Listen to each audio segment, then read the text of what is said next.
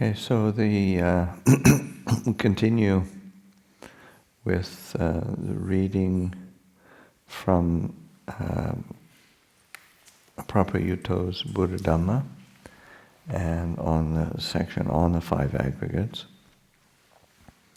And this next section, there's a section specifically on sanya and sati, so memory, recollection, and mindfulness. So parsing out these different functions within the five aggregates.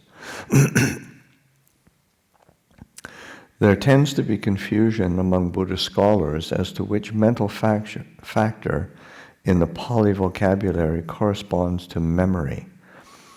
Sanya is often translated as recollection, whereas sati may be translated as mindfulness, recollection, recall, or memory. And then, so there's a footnote on that. One aspect of sati is recollection, the ability to recall. Another aspect is mindfulness, and that's the Buddha actually states that in several suttas. In regard to the latter term, there are some prominent sutta examples. For example, the passage praising Venerable Ananda as foremost among the bhikkhus, the bhikkhu disciples in, quote, remembering the Buddha's words. In this context, the Buddha uses the term sati. Of all my disciples, Ananda is supreme in memory, in sati. In the formal teachings, there is no confusion about this matter. Memory is not the exclusive function of just one mental factor, but rather it is part of a mental process within which perception, sanya, and mindfulness, sati, play the most prominent and important roles. Both the terms sanya and sati have overlapping meanings in respect to the concept of memory. One aspect of perception, sanya, has to do with memory, while other aspects are separate from it. This is the same for mindfulness, sati. One aspect pertains to memory, while other aspects function apart from the process of memory. Note these important distinctions between sanya and sati in the process of memory. Perception, sanya, designates and identifies sense objects. When one encounters such objects again, sanya compares their current features with established perceptions, determining any similarities and differences. If one determines that the two, the old perceptions and the new, correspond, this may be called recognition. If there are differences, one creates additional perceptions. The term sanya refers both to the recognition, designation, and identification of objects, the comparison and accumulation of data, and to perceptions themselves, the actual data and information created and stored. In this context, sanya creates the requisite conditions for memory. The important attribute of sanya is that it engages with sense objects immediately present. When these sense objects manifest, sanya is able to focus on, identify, or remember them. Sati functions to draw sense objects to attention and to hold them firmly in the mind. It directs and sustains attention to sense objects, preventing them from drifting by or slipping away. These sense objects may be currently manifesting, or they may have occurred in the past. The term sati thus encompasses such nuances of meaning as recall, recollection, calling to mind, reflection, remembering, and attentiveness. In the context of memory, it remembers and enables recall. In this sense, sati is the opposite of samosa, which means forgetting. Sanya is not paired with forgetting. Sati is generated from within an individual, relying on the power of volition, even when sense objects are not immediately manifest. Because it is a volitional response to sense objects, it is classified as a mental formation, sankhara. Sanya records and notes sense objects. Sati draws sense objects to attention. Both a healthy perception, the ability to identify things clearly, to designate things in a well-ordered and structured way, and to integrate and connect things, which relies on attentiveness and understanding, and a strong recall, the ability to recollect, which relies on clear perception, constant mindfulness, and a bright, peaceful, concentrated mind, are factors for a good memory. At one time in the past, Robert and Jake knew each other well. 10 years later, they meet again, and Robert recognizes Jake and remembers the places they once visited and the activities they once shared. The recognition of the other person is sanya, whereas the recollection of past events is sati. On one occasion, Greg meets and talks with Carl. A month later, Greg's friends ask him whom he met and spoke with on that specific date. Greg reflects on the past and remembers that he met with Carl. This recollection is sati. A telephone is located in one corner of a room, and a phone book is located in another. Karen opens the book and finds the number she's looking for. She makes a note of this number in her mind and then walks to the telephone to dial it. As she crosses the room, she keeps this number constantly in her attention. The reading and noting of the number from the book is sanya. The recall of that number from the moment she leaves the book is sati. When sense objects become manifest, one is able to perceive them immediately. Yet when they do not manifest, and in the case that they are mind objects, dhamma-ramana, matters inherent in the mind, one can use sati in order to draw them forth and focus on them. Moreover, sati is able to call perceptions to mind. That is, it can recollect past perceptions to be the objects of attention. Sanya is then able to identify, clarify, and consolidate these previous perceptions, or to perceive them in a new way according to one's aims and objectives.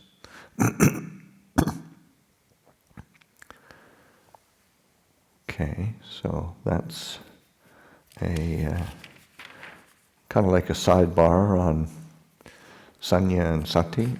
Any questions, comments?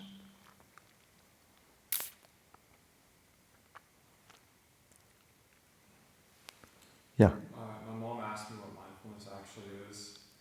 What do I tell her? I can't tell her that. Yeah, just don't send her this book. What I would say, mindfulness is just a say alert and present mind. Just keep it simple.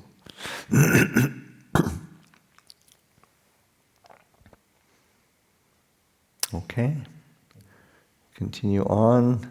Another section on perception, consciousness, and wisdom. So again, these are these interacting of the khandhas, and they're it's the sort of thing that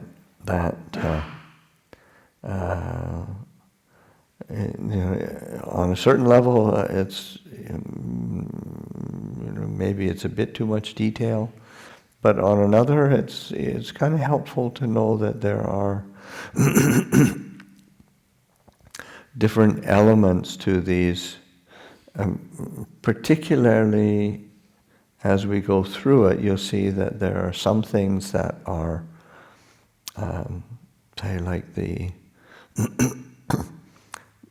perceptions and feeling are like vipaka and consciousness as well. Vipaka, they are resultant.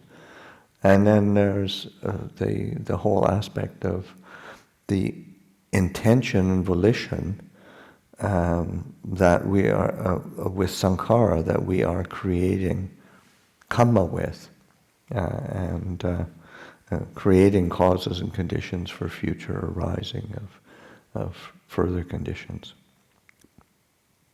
Okay, so perception, sanya, consciousness, vijnana, and wisdom, panya, are all aspects of knowledge, yet they are part of three distinct aggregates. The first two factors described earlier in this chapter constitute an aggregate in themselves, so sanya and vijnana, whereas wisdom is classified among the mental formations, sankhara. Wisdom, panya, refers generally to understanding, and more specifically to comprehensive or clear understanding, to a thorough and accurate understanding of the truth. This term panya is defined in many different ways, including knowledge of causality, knowledge of good and evil, knowledge of right and wrong, knowledge of suitability, knowledge of benefit and harm, knowledge of advantages and disadvantages, thorough knowledge of conditioned phenomena, knowledge of constituent factors, knowledge of causes and conditions, knowledge of origin and destination, knowledge of the interrelationship of things, knowledge according to the truth, genuine knowledge, genuine understanding, knowledge of reality, and knowing how to reflect on, contemplate, analyze, and engage with or manage things and situations.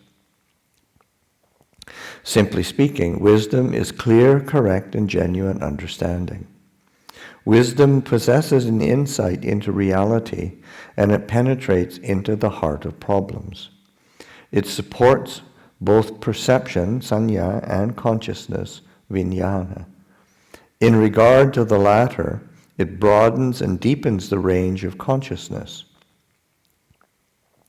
Likewise, in regard to the former, it increases the range of perception, because the cognition and apprehension of things is dependent on one's knowledge. This is similar to solving mathematical problems. As long as one cannot solve the initial equations, one has no data or criteria for further calculations. With increased understanding, one possesses the markers or raw material for further perception and analysis. Panya stands in opposition to delusion, moha, ignorance, misunderstanding. Whereas perception and consciousness, sanya and vijnana, are not contrasted with delusion in this way. Indeed, perception and consciousness may fall prey to delusion. When one is deluded and confused, one's conscious experience and perceptions are equally distorted. Wisdom assists here to rectify both consciousness and perception. Perception and consciousness rely on currently manifesting sense objects in order to function. Images or concepts of these sense objects are thus created and discerned. Wisdom, on the other hand, reflects on sense objects and responds actively to them. Wisdom is the deliberative faculty and is thus classified among the volitional formations, sankhara. It links various sense impressions with each other, analyzes their various attributes, compares and considers various perceptions, and discerns cause, effect, interrelationship, and the ways to benefit from things. By doing this, it provides consciousness and perception with wholesome food for engagement. Venerable Sariputta once responded to the question on how wisdom and consciousness differ, how panya and vijnana differ. He explained that wisdom knows clearly that this is suffering, this is the cause of suffering, this is the cessation of suffering, and this is the way leading to the cessation of suffering. Consciousness, on the other hand, knows, equaling a discriminative understanding, that this is pleasure, this is pain, this is neither pleasure nor pain. Wisdom and consciousness, however, are intimately entwined and in a sense inseparable.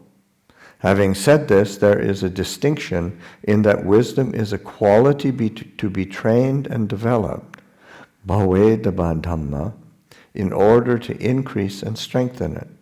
In contrast, consciousness is a quality to be fully understood, Dhamma. Its nature and its attributes should be truly recognized and understood.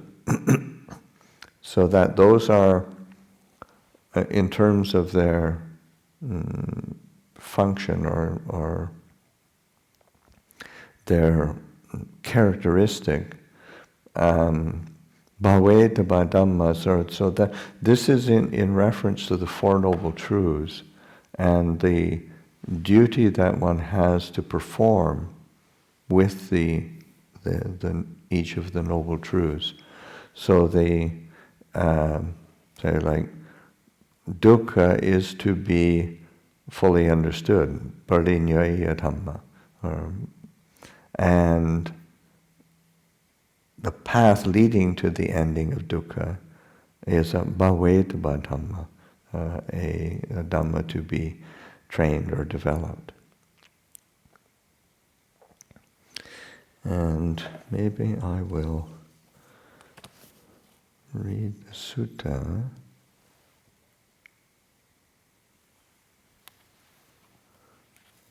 What the heck?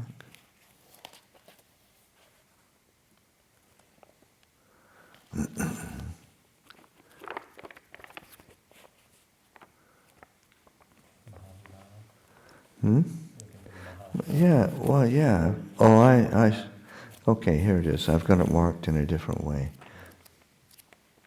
It's 40, 45, 43. And that is, I'll just read part of this sutta.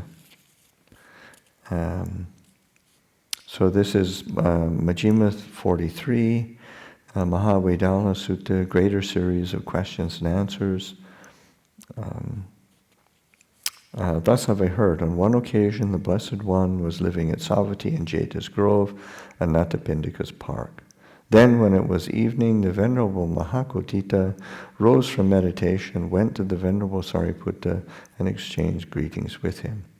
When this courteous and amiable talk was finished, he sat down at one side and said to the Venerable Sariputta, one who is unwise is said, friend. With reference to what is this said, one who is unwise? One does not wisely understand, friend. That is why it is said, one who is unwise. And what doesn't one wisely understand? One does not wisely understand, this is suffering. One does not wisely understand, this is the origin of suffering. One does not wisely understand, this is the cessation of suffering. One does not wisely understand, this is the way leading to the cessation of suffering. One does not wisely understand, friend. That is why it is said, one who is unwise. Saying, good friend, the Venerable Mahakotita delighted and rejoiced in the Venerable Sariputta's words. Then he asked him a further question. one who is wise, one who is wise. And you can figure out what that is. Refers back to those Four Noble Truths. That is what is defining wisdom. Consciousness. Consciousness is said, friend. With reference to what is consciousness said? It cognizes, friend. That is why consciousness is said. What does it cognize? It cognizes this is pleasant. It cognizes this is painful. It cognizes this is neither painful nor pleasant. It cognizes, friend. That is why consciousness is said. Wisdom and consciousness, friend, are these states conjoined or disjoined? And is it possible to separate each of these states from the other in order to describe the difference between them? Wisdom and consciousness, friend, these states are conjoined, not disjoined, and it is impossible to separate each of these states from the other in order to describe the difference between them. For what one wisely understands, that one cognizes, and what one cognizes, that one wisely understands. That is why these states are conjoined, not disjoined, and it is impossible to separate each of these states from the other in order to describe the difference between them.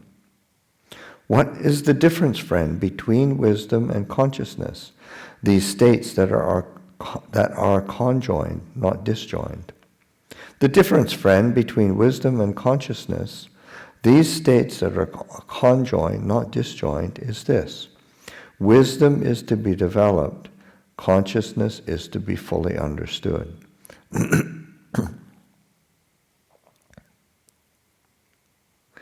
Feeling is said, friend, with reference to what is feeling said. It feels, friend. That is why feeling is said. What does it feel? It feels pleasure, it feels pain, it feels neither pain nor pleasure. Perception is said, friend, with reference to what is perception said. It perceives, friend, it perceives. That is why perception is said. What does it perceive? It perceives blue, it perceives yellow, it perceives red, and it perceives white. Feeling, perception, and consciousness, friend, are these states conjoined or disjoined?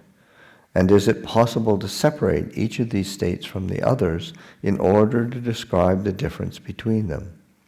Feeling, perception, and consciousness, friend, these states are conjoined, not disjoined. And it is impossible to separate each of these states from the others in order to describe the difference between them.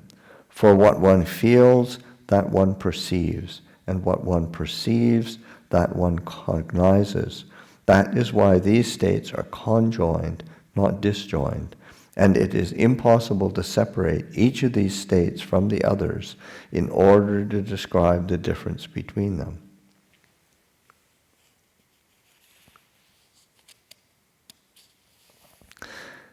Friend, what can be known by purified mind consciousness released from the five faculties?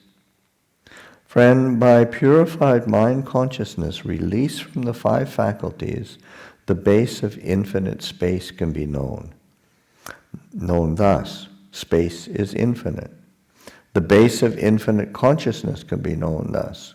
Consciousness is infinite. And the base of nothingness can be known thus. There is nothing. Friend, with what does one understand a state that can be known? Friend, one understands a state that can be known with the eye of wisdom. Friend, what is the purpose of wisdom? The purpose of wisdom, friend, is direct knowledge. Its purpose is full understanding. Its purpose is abandoning.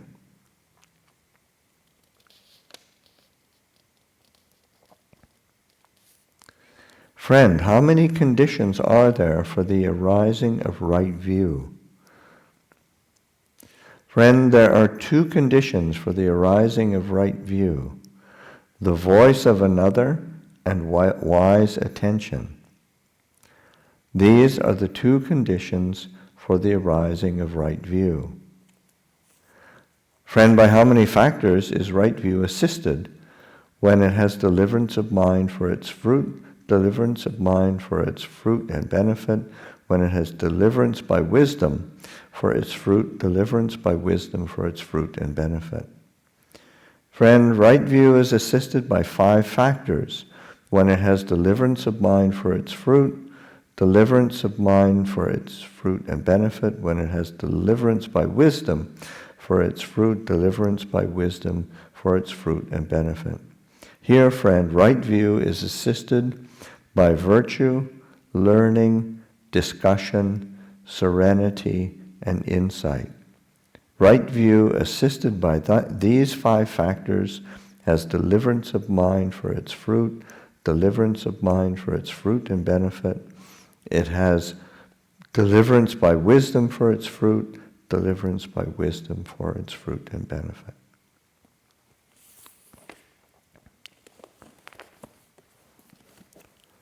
So that's a very interesting sutta.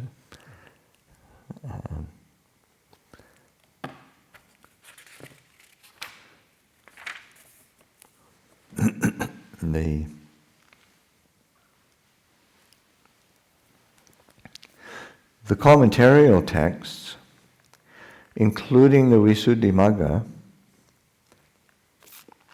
explain the distinction between perception, consciousness, and wisdom in this way. Perception simply recognizes the properties of a sense object, say that it is green or yellow. It is unable to understand the characteristics of impermanence, dukkha, and non-self. Consciousness also knows the object's properties of green, yellow, etc., and it is able to understand the characteristics of impermanence, dukkha, and non-self. It understands according to the counsel and guidance by wisdom. But it cannot deliver one to the actualization of the path, to the realization of the Four Noble Truths. Wisdom, however, accomplishes all 3. It knows the properties of sense objects, it discerns the 3 characteristics, and it enables the actualization of the path. The commentaries use the analogy of 3 people who look at the same coin. Perception is like a young child who simply discerns the shape of the coin. Small, large, square, or round, its color, attractive sheen, and strange markings.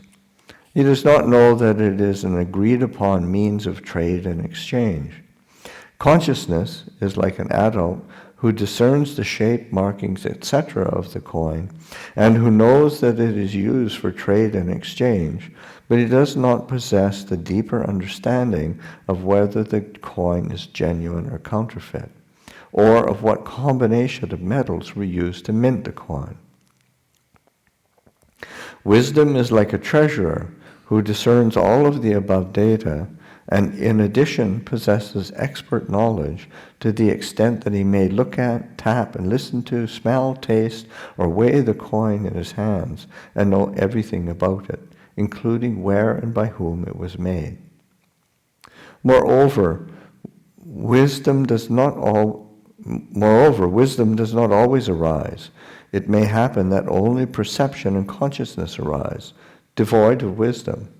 Yet when wisdom arises alongside these other 2 qualities, it is difficult to distinguish one from the other.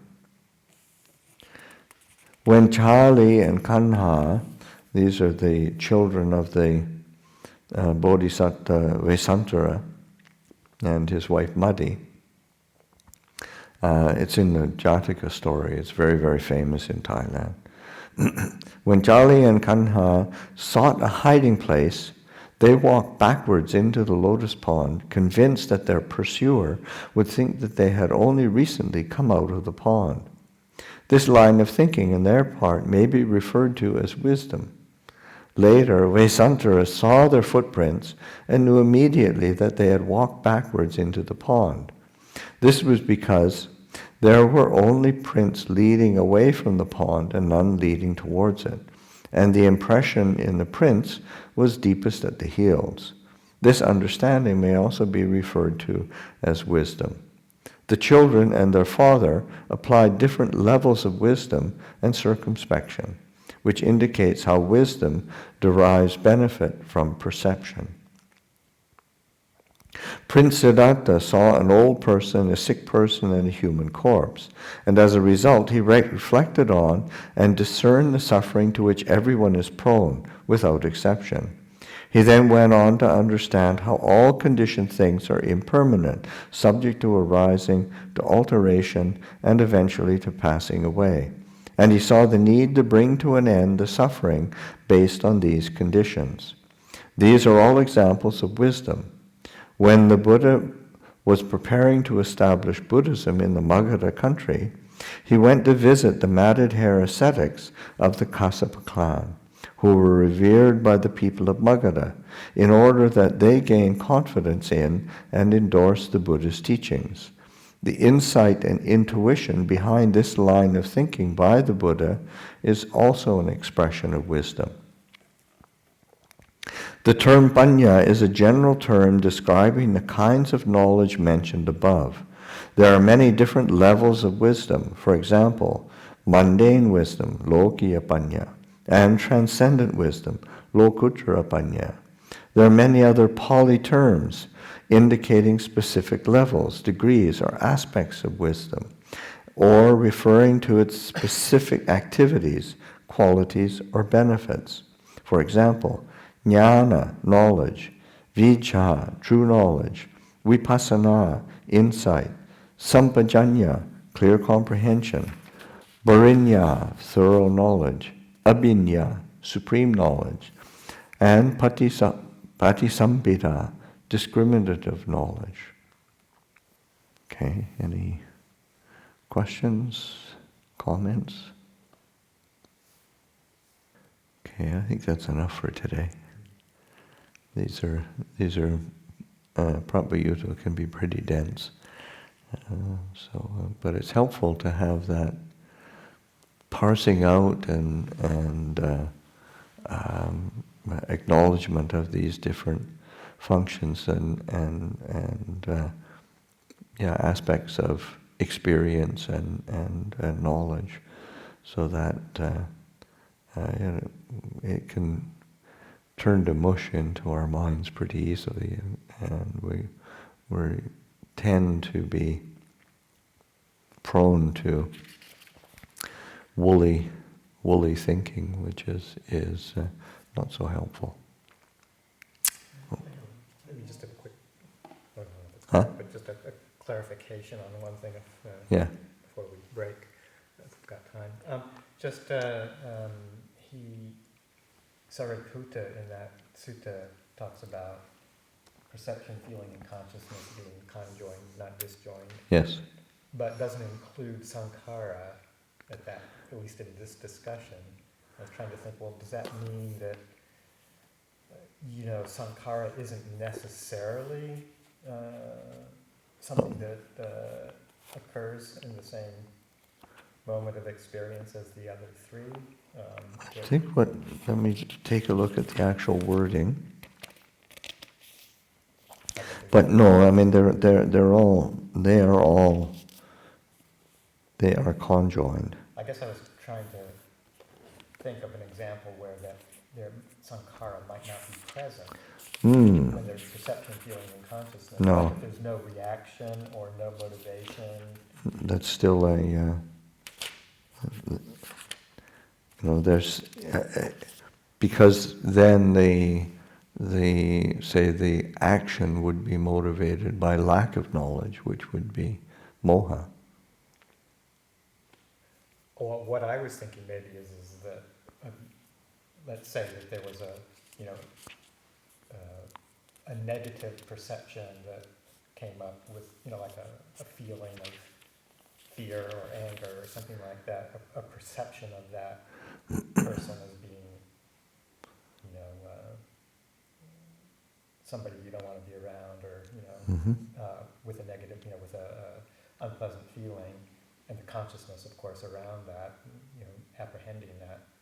But then if one sees that whole process clearly, then one doesn't generate a sankhara like to try and get rid of it or try and get away from it. But that sankhara might be wisdom. Well, then that sankhara would be either sati or panya, or loving kindness. So that the sankhara It would still come into play. Yeah, absolutely. That was how I was trying to think about. Maybe that's Yeah, absolutely. Rakito. I had a question just about Phra Payutto himself. He's been in poor health. Is that continuing? He's continued in poor health since he was about 9 years old. So he's. I didn't get to see him this time, or have any kind of interaction at all. Or any even. How do you say? Secondary contact. So yeah, not like last time when you were with me. Then I had a FaceTime with him. It was really sweet. No, I didn't. And I've heard he's steady in his poor health.